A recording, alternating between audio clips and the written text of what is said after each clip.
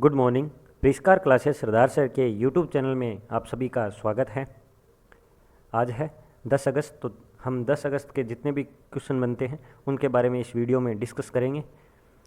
आपको बता दूं, आप अपने प्रिस्कार को इंस्टाग्राम और फेसबुक पेज पे फॉलो कर सकते हैं। अगर आपके मन में कोई भी क्वेश्चन है तो आप इंस्टाग्राम पे मैसेज करके वो पूछ सकते हैं, और अगर कोई क्वेश्चन है तो आप इस वीडियो के कमेंट बॉक्स में भी कर सकते हैं। और अगर आप इस चैनल पर नए हो तो चैनल को सब्सक्राइब कर देना और वीडियो को अंत तक पूरा देखना, और अगर पसंद आए तो लाइक कर देना, और अगर पसंद नहीं आए तो आपके पास डिसलाइक का ऑप्शन है, डिसलाइक भी कर सकते हैं, लेकिन रीज़न बताना आप कमेंट बॉक्स में ज़रूर है। तो चलिए अब अपन स्टार्ट करते हैं आज का पहला क्वेश्चन। टोक्यो ओलंपिक के सबसे ज़्यादा पदक किस देश की झोली में गए हैं? तो इसका सही आंसर है वो है अमेरिका के। किस देश के झोली में गए हैं? अमेरिका के झोली में गए हैं। कितने गए हैं? तो वो 113 मेडल है वो अमेरिका की झोली में गए हैं। कितने? 113। दूसरे स्थान पर कौन रहा है? तो दूसरे स्थान पर रहा है चाइना, जिसको कितने मिले हैं? 88। तीसरे स्थान पर रहा है जापान, जिसको कितने मिले हैं? तो वो मिले 58। और अपने भारत कौन से स्थान पर रहा है? तो अपने भारत है वो 48वें यानी 48वें स्थान पर रहा है, और 7 पदक है वो मिले हैं। उसके बारे में अपन डिस्कस भी करेंगे। तो 7 पदक है वो मिले हैं। तो टोक्यो ओलंपिक ये 22 जुलाई से स्टार्ट हुआ था। 22 जुलाई से 8 अगस्त तक चला। टोटल 17 दिन चला। इस पे आपके एग्ज़ाम में एक क्वेश्चन पक्का है ओलंपिक को लेकर, वो आपके सामने पक्का टकराएगा। और भारत की तरफ से ध्वजवाहक कौन थे प्रारंभ में? तो मनप्रीत सिंह और मेरी कॉम थे। और अंतिम में कौन थे? तो बजरंग पूनिया है, वो समापन में ध्वजवाहक थे। आप याद रखना ये क्वेश्चन। और अब 2024 में ओलंपिक होगा, और वो कहाँ होगा? तो वो होगा पेरिस में होगा। कहाँ? पेरिस में होगा। और अपने इंडिया में मिले हैं 7 मेडल मिले हैं। और गोल्ड मेडल लाने वाले कौन है? तो नीरज चोपड़ा है, जिन्होंने भाला फेंका है। कितने मीटर? 87.58। इसको 58 ही बोला जाता है, ना कि 58, क्योंकि पॉइंट के बाद में है वो एक एक गिनती की जाती है। बीसीसीआई द्वारा कांस्य पदक विजेताओं को कितने रुपए इनाम राशि देने की घोषणा की गई है? तो कितने रुपए इनाम राशि देने की घोषणा की गई है? तो 50-50 लाख रुपए है वो इनाम राशि देने की घोषणा की गई है। और हॉकी टीम को कितनी दी जाएगी? तो हॉकी टीम जिनने एक वो दिए जाएंगे, कितने? 1.25 करोड़ रुपए दिए जाएंगे बीसीसीआई के द्वारा। और नीरज चोपड़ा जी को कितने देंगे? तो 1 करोड़ है दिए जाएंगे। और पंजाब सरकार भी कितने देगी? तो जितने भी मेडल जीते हैं उनको 1-1 करोड़ है पंजाब सरकार भी पैसे देगी।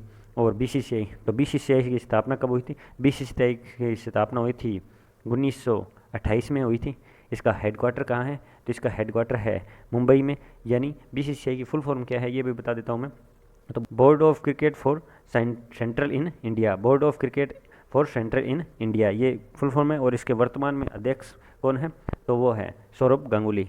दादाजी मतलब दादा, इनको दादा बोलते हैं। उपाधि दी हुई है दादा, जैसे महेंद्र सिंह धोनी को थाला की उपाधि दी हुई है, सचिन तेंदुलकर को मास्टर ब्लास्टर की दी हुई है, ठीक उन्हीं को दादा बोलते हैं। तो सौरभ गांगुली। नेक्स्ट क्वेश्चन पे अपन चर्चा करते हैं।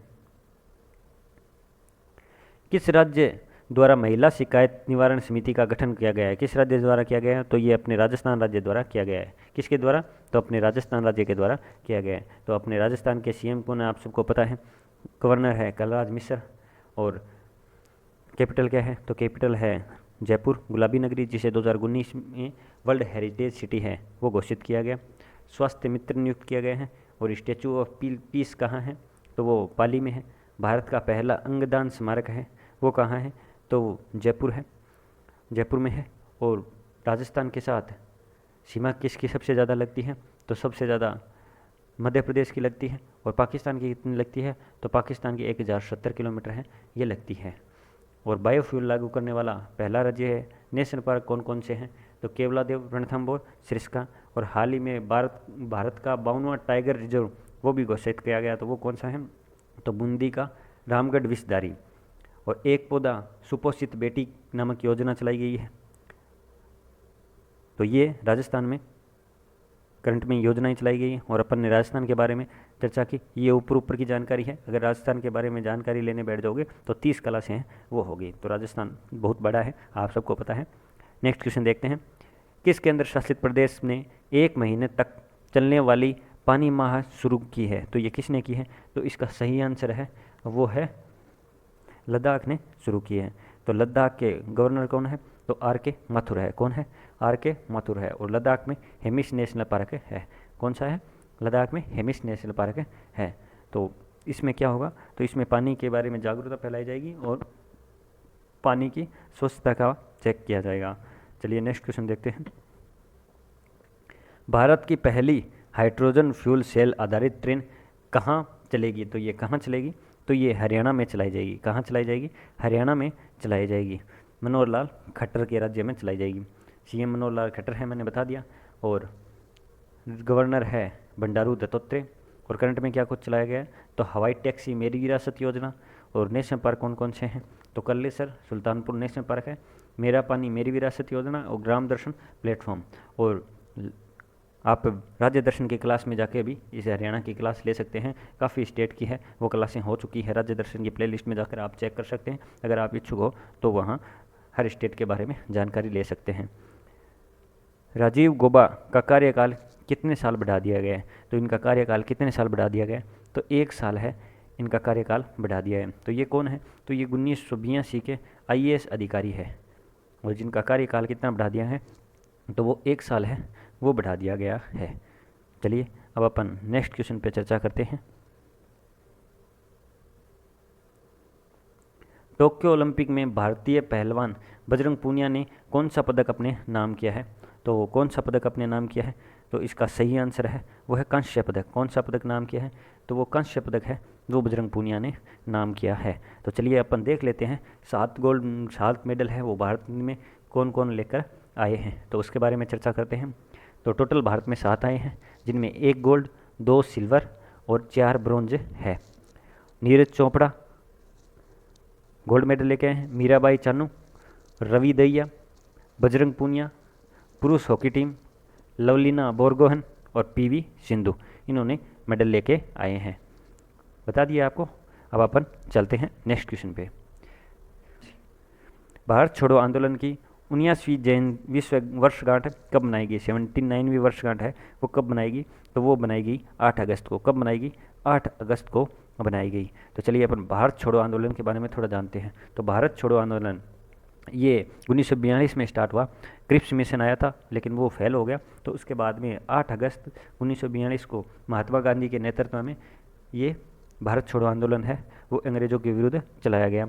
और इसी आंदोलन के तहत करो या मरो का नारा दिया गया। कौन सा नारा? करो या मरो का नारा दिया गया। तो चलिए नेक्स्ट क्वेश्चन देखते हैं।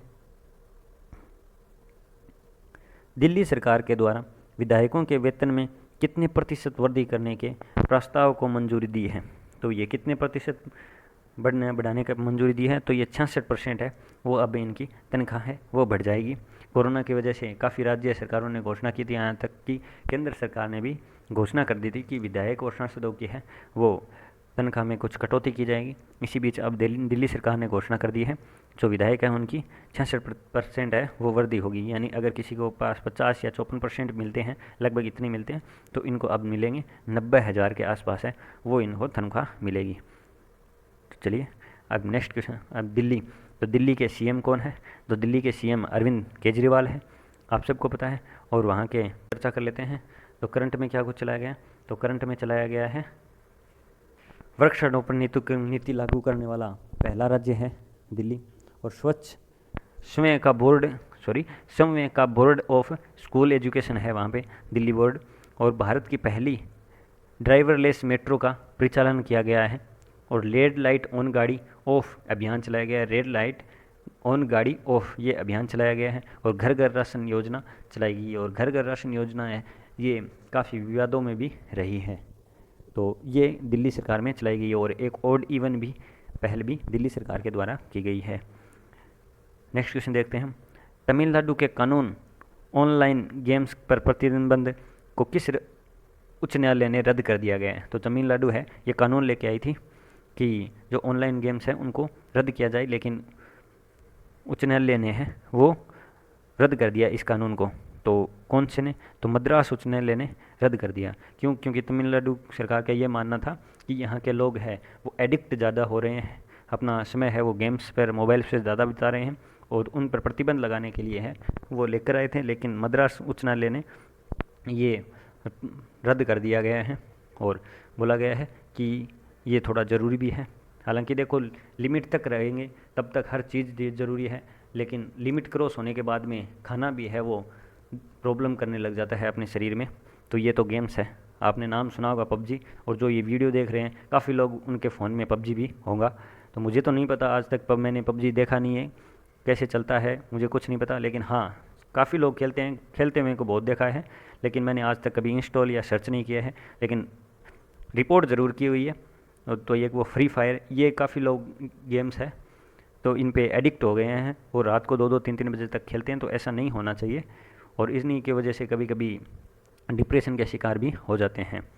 और आजकल मेम्स भी अच्छे चल रहे हैं, जैसे नीरज चोपड़ा जी ने गोल्ड मेडल जीता कि हमारा लड़का तो है वो 23 साल में गोल्ड मेडल लेके आया है। तो नीचे अब मेम्स में चल रहे हैं और हमारा बेटा है वो पबजी खेल रहा है और चिकन डिनर कर रहा है। ये नाम मैंने मेम्स देखे थे, इंस्टाग्राम पे आए थे, तो ये जोक्स चलते रहते हैं, तो वो मैंने क्वेश्चन आया तो आपको बता दिया है। तो चलिए नेक्स्ट क्वेश्चन देखते हैं।